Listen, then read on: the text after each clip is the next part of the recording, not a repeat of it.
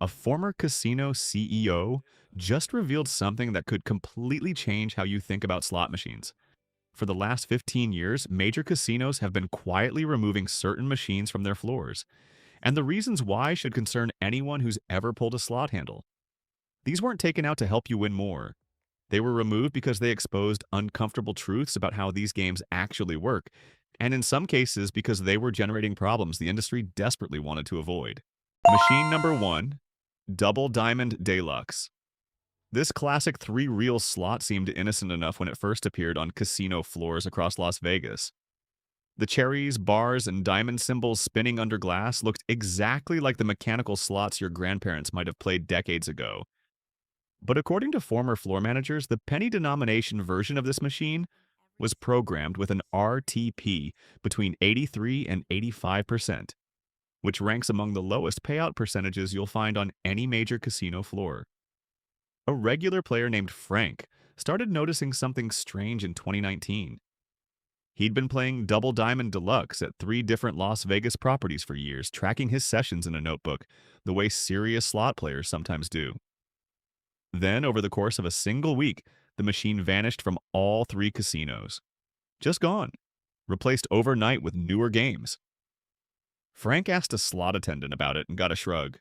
But former insiders tell a different story.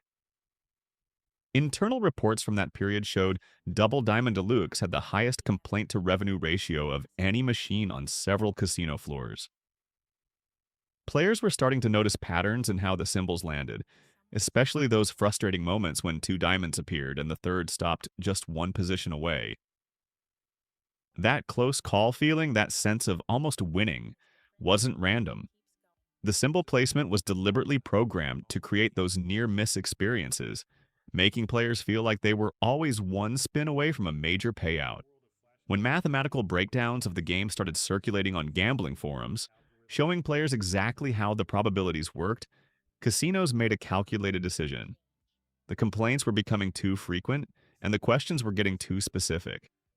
So the machines quietly disappeared, pulled during overnight maintenance shifts when most players wouldn't notice. But that's nothing compared to what happened with machines. Number two. Machine number two, Jackpot Party, the Pinball Edition. This game was everywhere in the early 2000s, featuring a bonus round where a virtual pinball bounced around the screen, hitting different targets for prizes. Players loved watching that pinball animation, the satisfying ding sounds as it hit jackpot values, the anticipation as it bounced from bumper to bumper. Then, between 2017 and 2018, the game started disappearing from MEGM properties across the country. No announcement, no explanation, just empty floor space where Jackpot Party Pinball used to sit. A woman named Sarah had been documenting her sessions on this machine for months, writing down every spin count and bonus trigger in a spiral notebook she kept in her purse. She noticed something that former slot technicians would later confirm. The bonus feature triggered approximately once every 280 to 320 spins. The base game was running at an 86% RTP, according to insider data, which is already below what most players would consider acceptable. But the real problem was how the pinball bonus itself was programmed. The targets on that animated playfield weren't equally weighted. The high-value spots, the ones that could pay 50 or 100 times your bet, almost never got hit. Former technicians who worked on these machines report that the bonus feature had weighted programming, favoring the low-value targets by significant margins. Most players would trigger that exciting hold and spin sequence, watch the pinball bounce around the screen, hear all those satisfying sound effects, and walk away with 8 to 15 times their bet. That sounds reasonable until you realize you just spent 80 to 100 spins worth of wagers trying to get there. The math never worked in the player's favor, but the pinball animation created what industry insiders called an illusion of control. Players believed on some level that the angle of the pinball or the timing of their button press might influence where it landed. Every outcome was predetermined the moment you triggered the bonus, but the visual presentation suggested otherwise. That's where the regulatory concerns began. Gaming commissions in three different states started questioning whether this skill-based appearance violated transparency rules requiring games to clearly display that outcomes are random. Rather than defend the programming specifications in formal hearings, rather than explain exactly how the weighted targeting system worked, the decision was made to simply remove the machines. The cruel irony that former casino employees point out is that players genuinely enjoyed Jackpot Party Pinball. It was fun, it was engaging, it had personality, but internal data showed it was extracting money from players faster than almost any other game on the floor, and doing it in a way that made people feel like they had some influence over the results. And if you think giving players a false sense of control is bad, wait until you hear about machine number 3 because that one was removed after player tracking. Data revealed something the industry desperately wanted to keep quiet. Machine number 3, Lobster Mania 2, Lucky Larry's Edition. This sequel to the wildly popular original Lobster Mania featured multiple bonus rounds, colorful underwater animations, and a character named Lucky Larry who'd wink at you from the screen between spins. Players loved this game. The artwork was charming, the sound design was engaging, and the promise of multiple bonus levels created the sense that big wins were always within reach. Then, starting in 2016, it began disappearing from Caesars properties across the country. Not all at once, but gradually, over a 6-month period, until you couldn't find Lucky Larry's Edition anywhere in their casino portfolio. A player named Michael had been tracking his sessions on this particular version of Lobster Mania, with the kind of detail that would make an accountant proud. Spreadsheets, spin counts, bonus frequencies, the works. He noticed that the big catch bonus, the one Lucky Larry would announce with great fanfare, triggered exactly once in 450 spins across multiple documented sessions. Former programmers who worked on games like this one revealed that the multi-level bonus system was weighted heavily toward the lowest tier bonuses. You'd trigger a bonus round. Lucky Larry would appear with his animated flourish, and you'd almost always end up in the basic lobster trap selection, picking traps that revealed small multipliers. The Golden Lobster feature, the one that actually paid serious money, triggered approximately once every 800 to 1,000 spins, based on internal documentation that former employees reference when discussing why this game became problematic. The base game was running at an RTP between 87 and 88%, which sounds almost reasonable until you understand how the bonus structure actually functioned. Players would deplete their entire bankroll, chasing those higher-level bonuses that the game constantly teased but rarely delivered. What made casino executives particularly uncomfortable wasn't just the math, though. It was what their player tracking data revealed about behavior patterns. This specific version of Lobster Mania created the highest recorded instance of what industry analysts called continued engagement commitment. Players would lose significant amounts, leave the casino, and return the next day specifically to play Lucky Larry's Edition again, convinced that the Golden Lobster feature was due to hit. One documented case involved a player who spent $12,000 over 3 consecutive days chasing that top-tier bonus. He never hit it. Not once. When his bank statements became evidence in a family court proceeding months later, the case file included his player tracking data showing 47 different sessions on that exact machine, each one ending when his available credit was exhausted. Former industry insiders quietly admit that this wasn't removed because it was unfair by industry standards. Every slot machine is programmed to extract money over time. This one was removed because the player tracking data was creating liability exposure.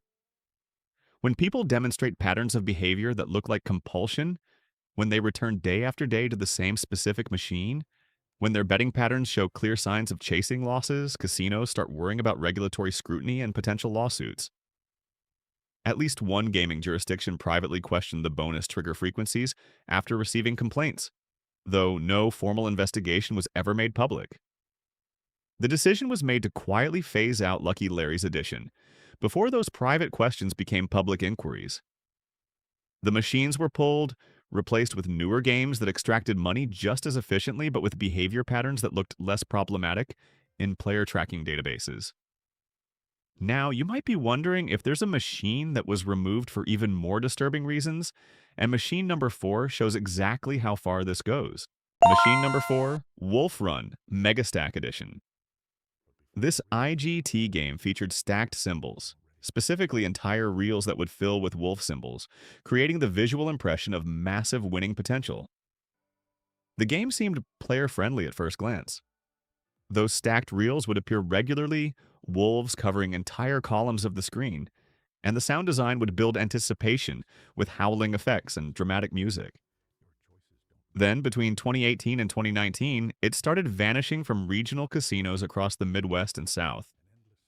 No press releases, no explanations, just empty spaces on casino floors where Wolf Run Megastack used to sit. Former casino managers report that the Megastack feature was programmed with what they internally called false density presentation.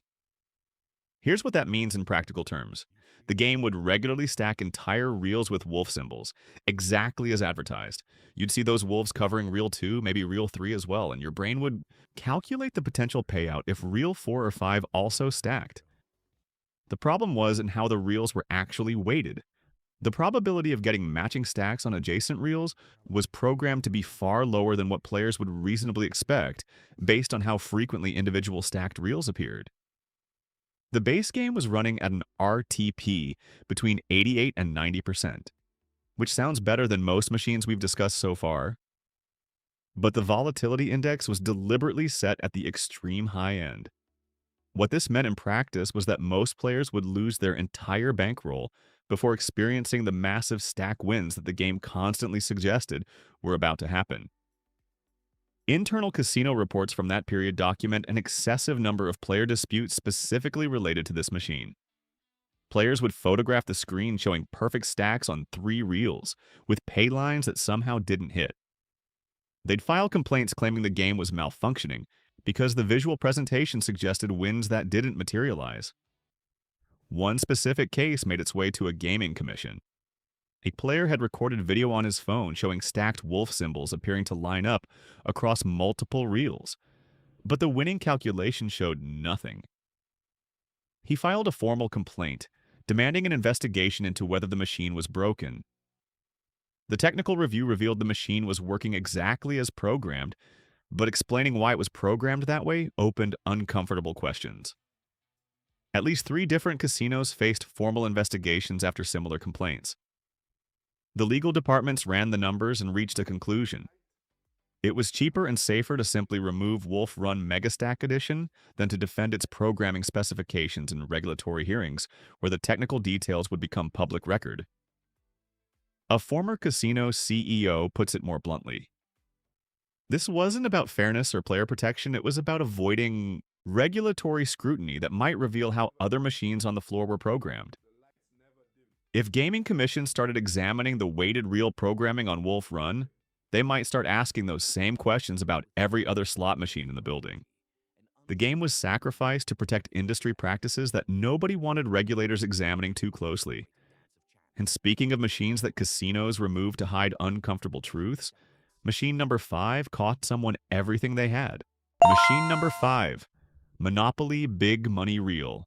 This Williams Interactive game rode the coattails of the Monopoly brand's enormous recognition, featuring the familiar board, the top hat token, and Mr. Monopoly himself gesturing enthusiastically from the screen whenever a bonus round approached. Players felt comfortable with it immediately. The iconography was nostalgic, the bonus structure seemed generous, and the big money reel mounted on top of the cabinet spun with satisfying mechanical weight whenever a player triggered the wheel feature. Then, starting in late 2015, it began disappearing from Atlantic City properties almost simultaneously, pulled during overnight shifts without any communication to regular players who'd built routines around the game.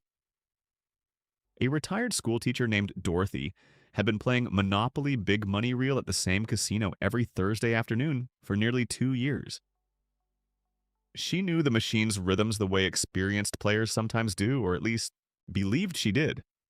Then one Thursday, she arrived to find the space occupied by a newer game she didn't recognize. When she asked a floor manager what happened, she was told the machine had simply been rotated out.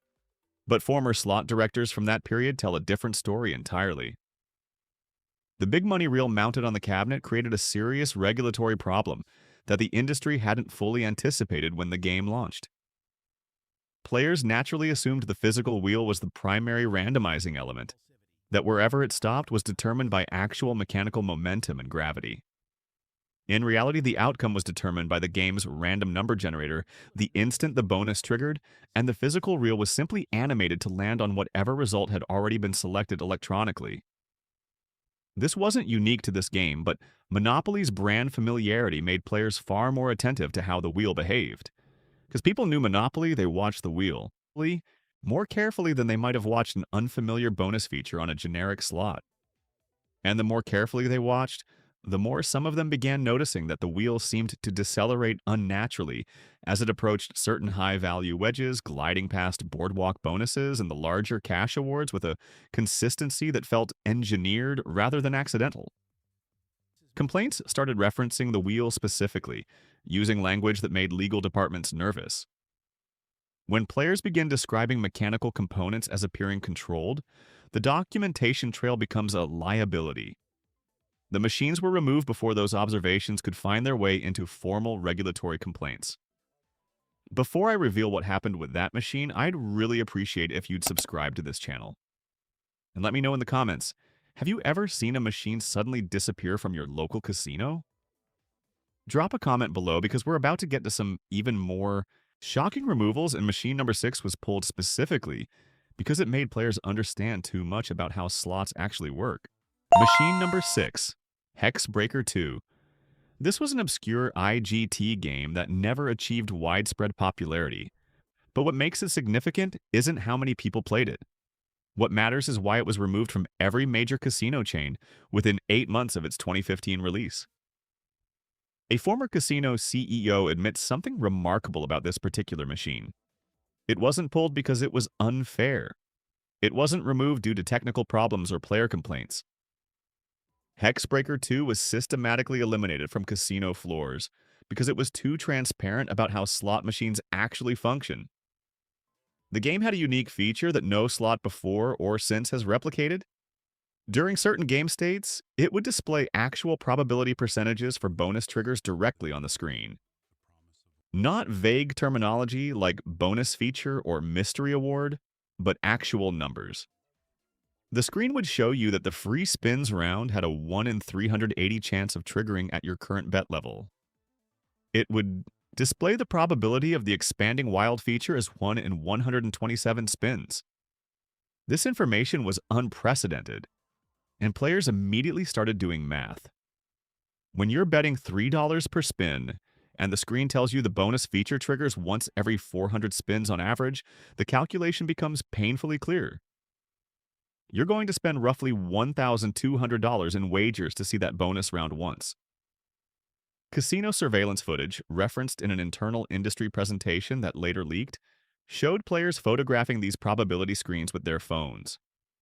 Those photos started appearing on gambling forums within weeks.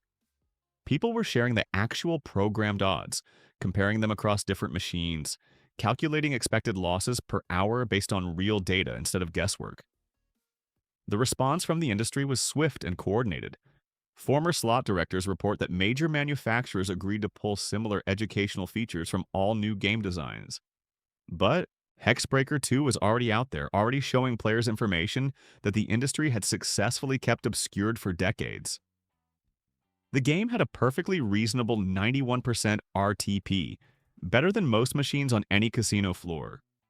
But showing players the actual math revealed something uncomfortable. It demonstrated exactly how much money they needed to wager just to see the bonus features that made slots entertaining.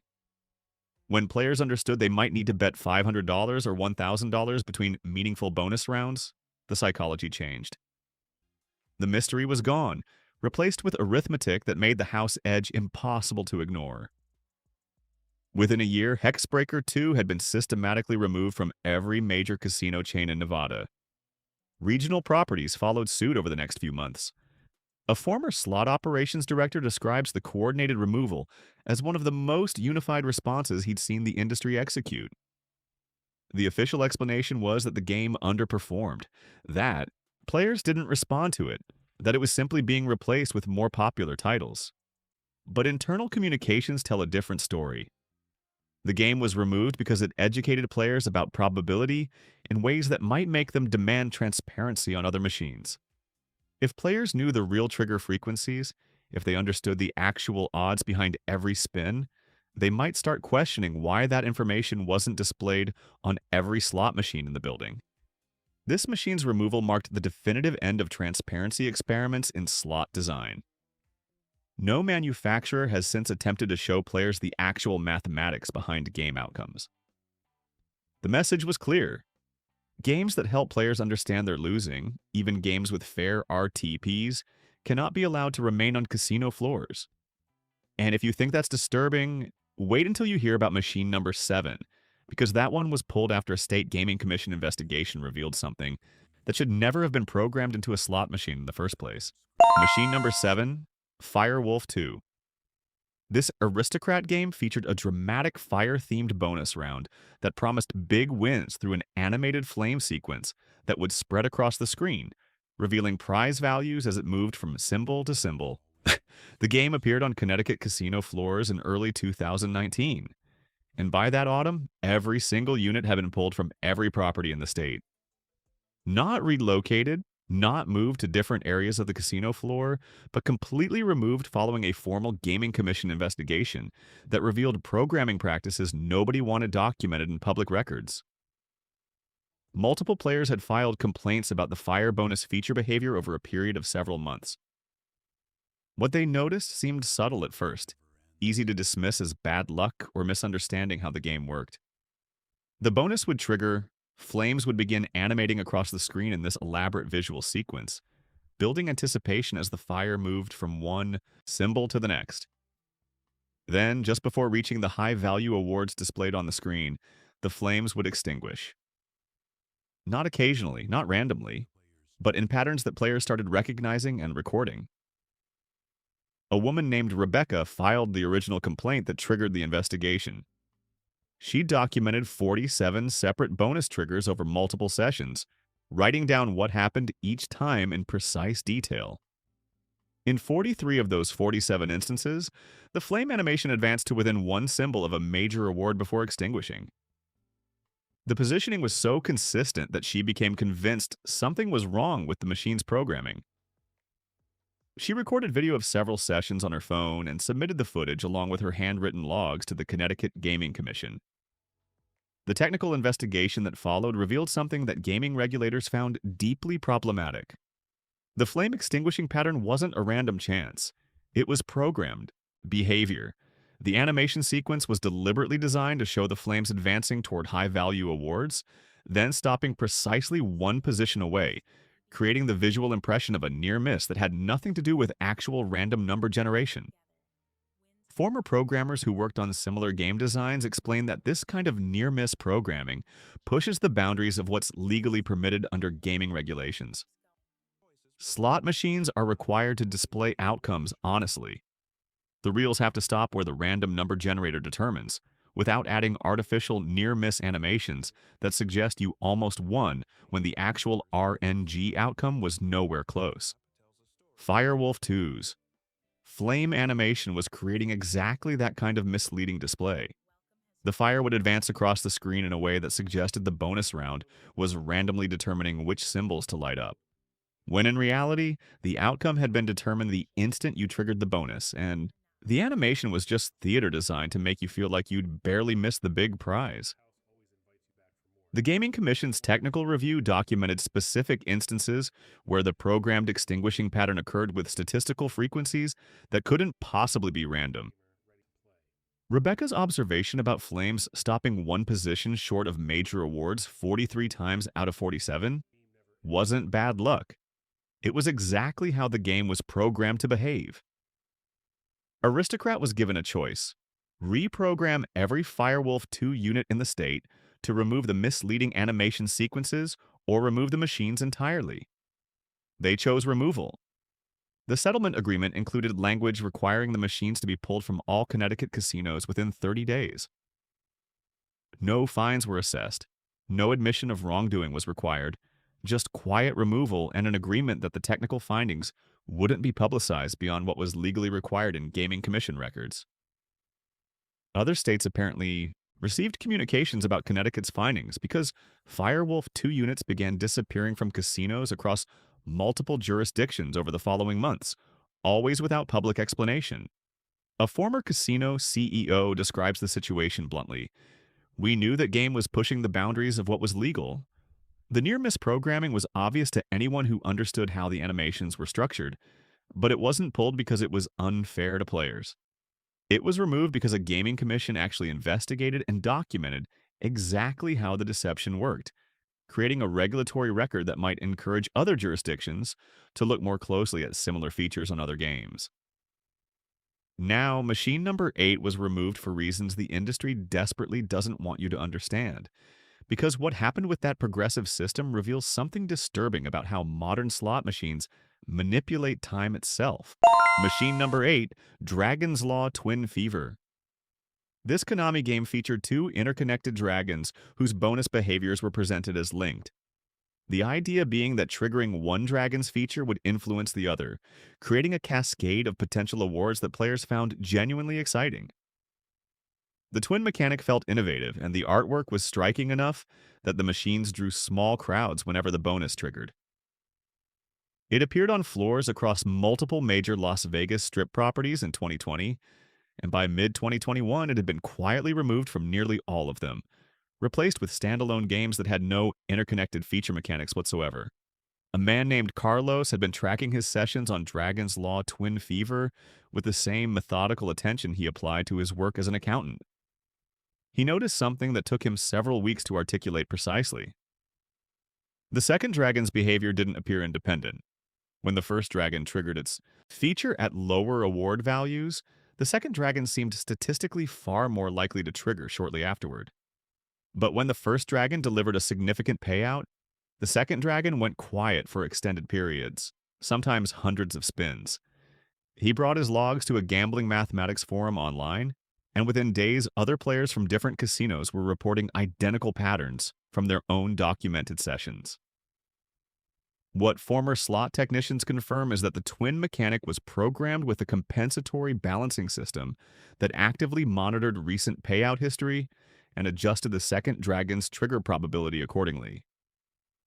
This created a mathematically self-correcting machine that was far more predictable in its extraction behavior than standard slots, but also one that actively worked against players who'd just received meaningful payouts.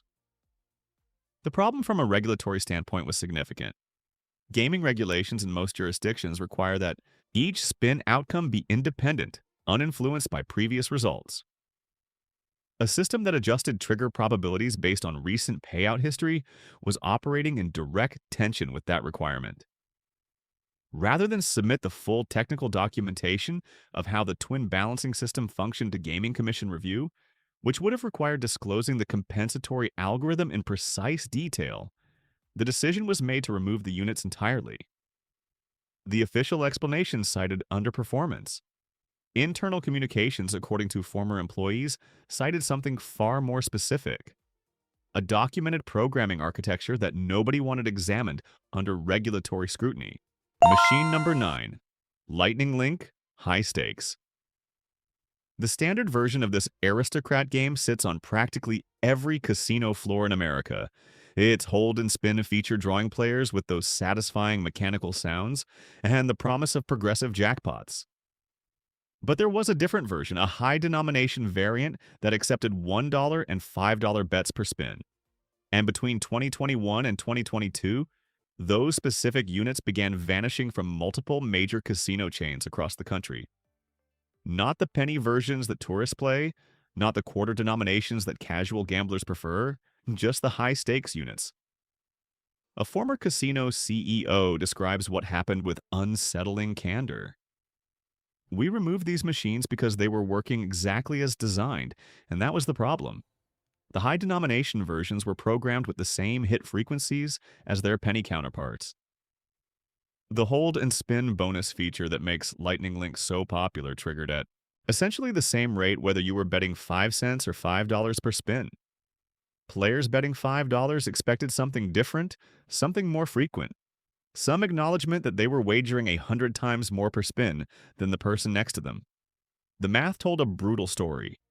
The RTP remained between 87 and 88% across all denominations, but the volatility meant players at the $5 level could lose $2,000 before triggering the hold and spin feature that made the game entertaining in the first place.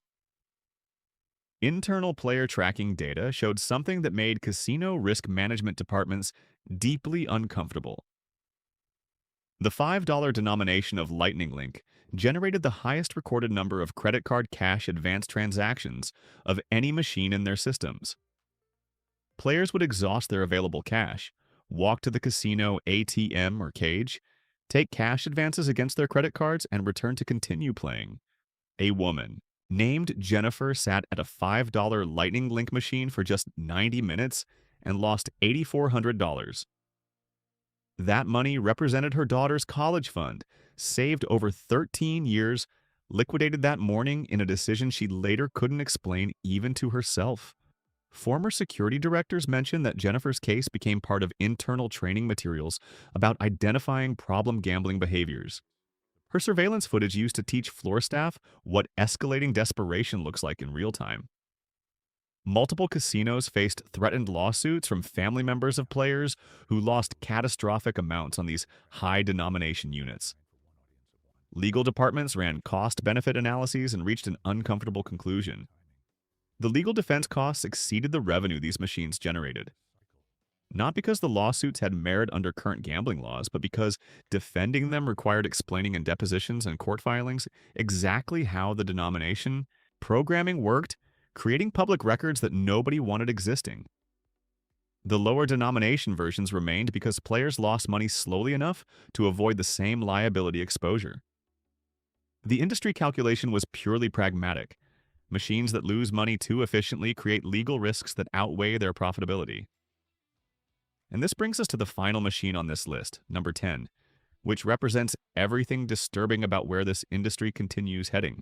Machine number 10, Buffalo Extreme Prize Disc Edition.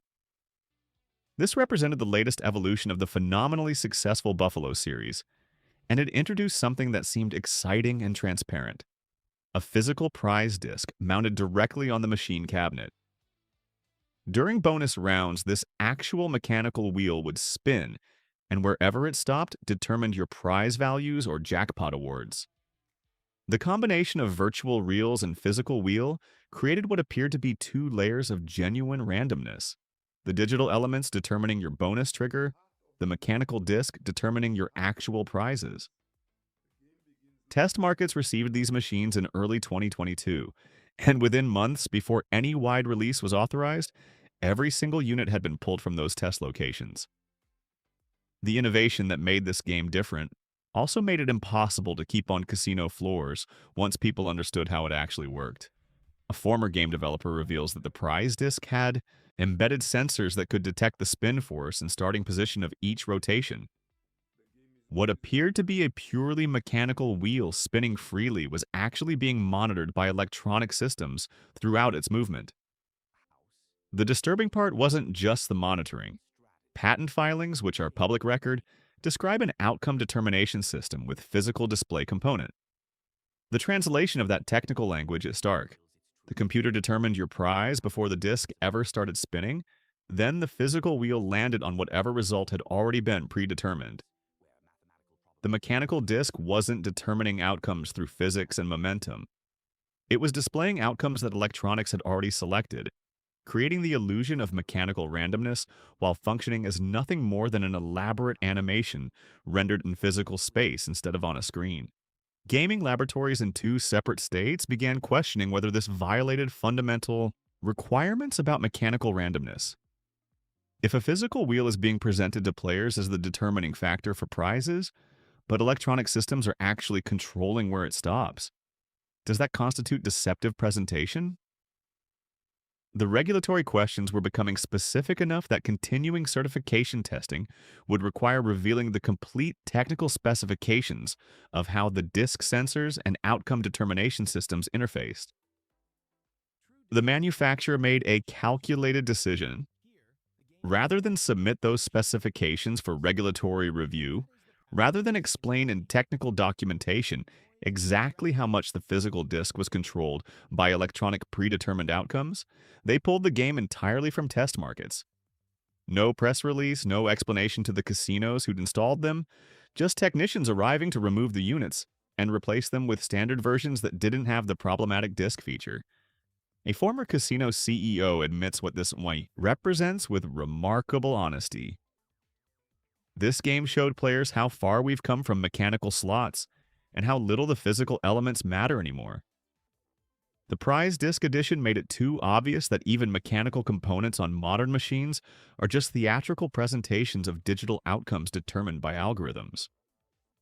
The broader trend that former industry insiders predict is even more concerning. Future slot machine designs will continue blurring the lines between predetermined outcomes and apparent randomness, adding physical elements and skill-based features that create the impression of player agency or mechanical chance, while remaining entirely controlled by programmed outcome determination systems. The removal of Buffalo Extreme Prize Disc Edition wasn't about protecting players from an unfair game. The AIR-TP was standard, the programming was legal under current regulations, the mechanical disc wasn't technically malfunctioning, it was removed because it revealed too clearly that physical elements on modern slots are increasingly just elaborate animations, and that revelation made regulators start asking questions the industry preferred not to answer. When even the mechanical components are programmed to display predetermined results, the question of what random actually means becomes impossible to answer in ways that sound reassuring to either players or gaming commissions. These 10 machines that vanished from casino floors tell a story that goes far beyond individual games or isolated decisions. When you step back and look at the pattern of removals, three distinct categories emerge. Some machines generated too many player complaints, their programming so obviously extractive that even casual players started noticing patterns and filing formal disputes. Double Diamond Deluxe, Wolf Run Megastack, and Firewolf 2 fell into this category, pulled because the volume of complaints was creating documentation trails that casinos couldn't afford to maintain. Other machines risked attracting regulatory attention in ways that might expose industry practices nobody wanted examined under official scrutiny. Jackpot Party Pinball, Monopoly Big Money Reel, Hexbreaker 2, and Dragon's Law Twin Fever were removed not because they violated regulations, but because defending their programming specifications might reveal how widespread certain deceptive practices had become. Then there were the machines that showed uncomfortable truths about how the entire industry actually functions. Lobster Mania 2, Lightning Link High Stakes, and Buffalo Extreme Prize Disc Edition were pulled because they made visible what casinos prefer to keep hidden: the mathematical realities and program behaviors that make consistent player losses inevitable. What former casino executives acknowledge when speaking candidly about these removals is that the decisions were never about fairness or player protection. The through line connecting all 10 machines is simple. When a game makes players ask uncomfortable questions, when it generates regulatory scrutiny, when it reveals too clearly how slots actually work, it gets removed to protect casino interests. The transparency problem runs deeper than individual machines. This industry has spent decades actively avoiding any meaningful education about actual odds, trigger frequencies, or programming specifications. Gaming commissions usually learn about problems only after machines have already been pulled, examining equipment that's already been replaced rather than investigating games currently extracting money from players. The innovation paradox becomes clear when you see how new features consistently push legal boundaries until someone complains loudly enough to trigger official attention. Manufacturers introduce games with questionable programming, casinos install them and profit until regulatory questions emerge. Then everyone quietly removes the problematic units before formal investigations create permanent public records. What this means for anyone who plays slots is straightforward. When a machine disappears suddenly from a casino floor, that removal happened because it was too obviously extracting money or generating regulatory risks that outweighed its profitability. Higher denominations don't offer better odds. They just accelerate losses to dangerous speeds. Those bonus features trigger even less frequently than they appear to, with programming specifically designed to create near-miss experiences that have nothing to do with actual randomness. Physical elements like wheels and discs aren't determining outcomes through mechanical chance. They're displaying results that algorithms selected before anything started moving. Progressive meters that climb quickly when you first sit down are programmed to slow dramatically after you've invested enough time and money to feel committed. A former casino CEO offers one final warning that encompasses everything these removals reveal. The machines that remain on casino floors are the ones that extract money efficiently without generating complaints, pulling the games before they educate players about how slots actually work. The industry's goal has never been fairness. It's sustainable extraction, keeping players engaged and losing at rates that don't trigger lawsuits or regulatory intervention.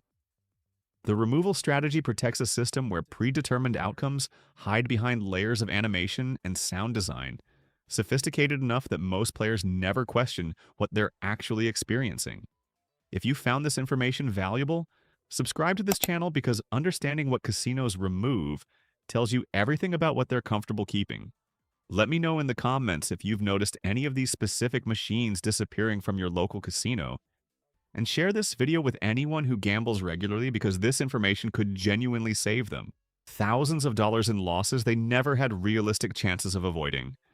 In my next video, I'll be covering the slot machine features that casinos are adding right now to replace these removed games, the new programming techniques and psychological manipulation tactics that represent the next evolution of extraction technology, and why industry insiders admit these replacement games are even more effective at separating players from their money while generating fewer complaints.